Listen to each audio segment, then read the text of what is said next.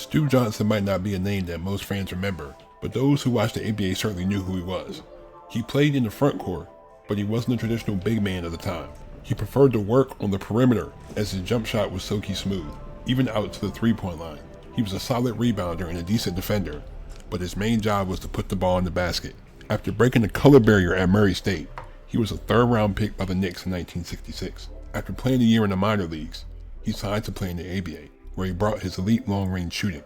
He was a well-traveled player, suiting up for 7 different teams during his 9-year career, but he managed to make 3 All-Star games, even setting his then-league record with 62 points. Stu was one of the best scorers in ABA history, and his underrated career deserves a deeper dive. Welcome to PC Hoops, and this is another episode of ABA Tales.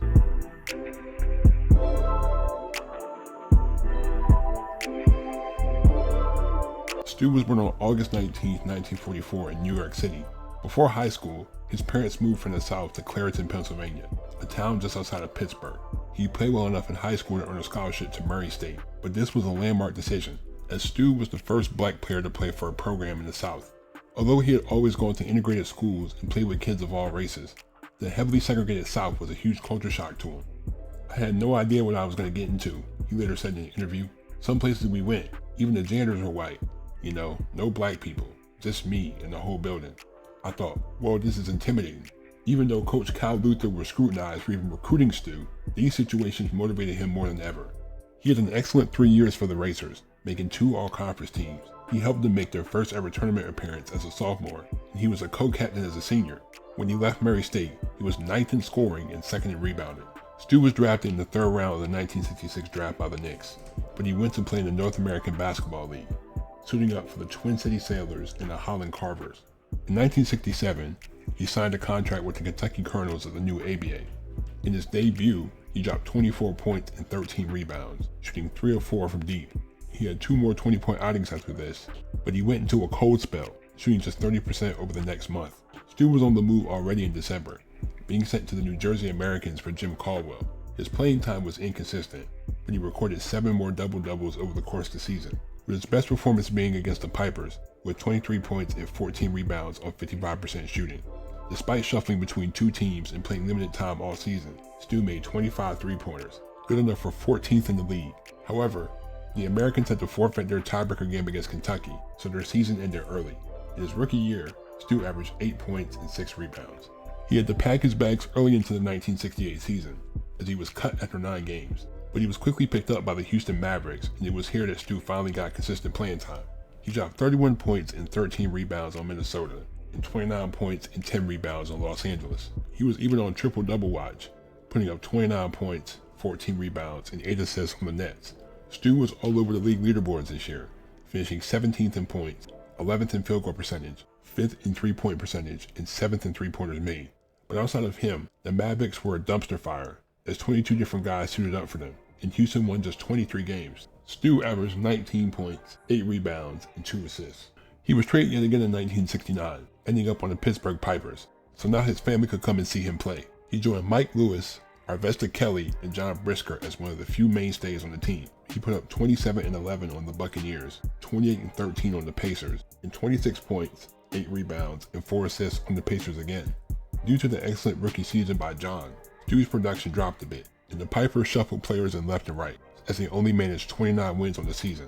Stu averaged 15 points, 7 rebounds, and 2 assists. The Pipers became the Condors in 1970, and Stu played the same role and he continued to produce.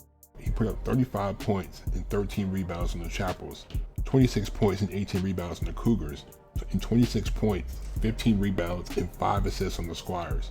They faced Virginia a week later and Stu only scored 3 points, shooting 0 for 7 from the field. Then out of nowhere, he scored an ABA record 62 points on 57% shooting the next game against the Floridians. Stu was one of the best shooters in the league, finishing 19th in field goal percentage and 9th in free throw percentage. However, the Condors finished just 1 game shy of the playoffs, as Stu averaged 16 points, 8 rebounds, and 2 assists. He continued his role in 1971, but on November 14th, he was traded to the Cougars, as Jim McDaniels abandoned the team and they needed frontcourt help. He dropped 26 points, 13 rebounds, and 4 assists on Kentucky, 22 points, 16 rebounds, and 6 assists on Memphis, and 21 points, 13 rebounds, and 5 assists on Virginia. As was the case with the ABA, the Cougars had 19 different guys suit up, as Stu's production was modest. The Cougars finished 35-49, one game shy of the playoffs, as Stu averaged 12 points and 6 rebounds. The San Diego Conquistadors were the ABA's first and only expansion team, and the Cougars didn't choose to keep Stu, so he was headed to California. He was the #1 option for the first time, and he excelled, dropping 32 points and 10 rebounds on Halloween against Kentucky. He averaged 23 points in November, and he kept up this production, being named an All-Star for the first time. He grabbed a career-high 20 boards on Kentucky, while he had his best month as a pro in March, averaging 25 points, shooting 47% from the field and 36% from three. In his breakout year, he had 14 30-point games and 19 double-doubles. He was top 20 in points, rebounds, field goal percentage, three-point percentage, and three-pointers made. Stu definitely wasn't trigger shy, leading the league in missed shots as well. But his great play, along with solid production from Chuck Williams, Larry Miller, and Ollie Taylor, helped San Diego finish 30-54. Although this wasn't the best record, Stu would finally make his playoff debut. As for the regular season, he averaged 22 points, 8 rebounds, and 2 assists. The Qs faced the Stars in the semifinals, as Stu put up his usual numbers, but he shot 39% from the field and 31% from three, as San Diego was easily swept.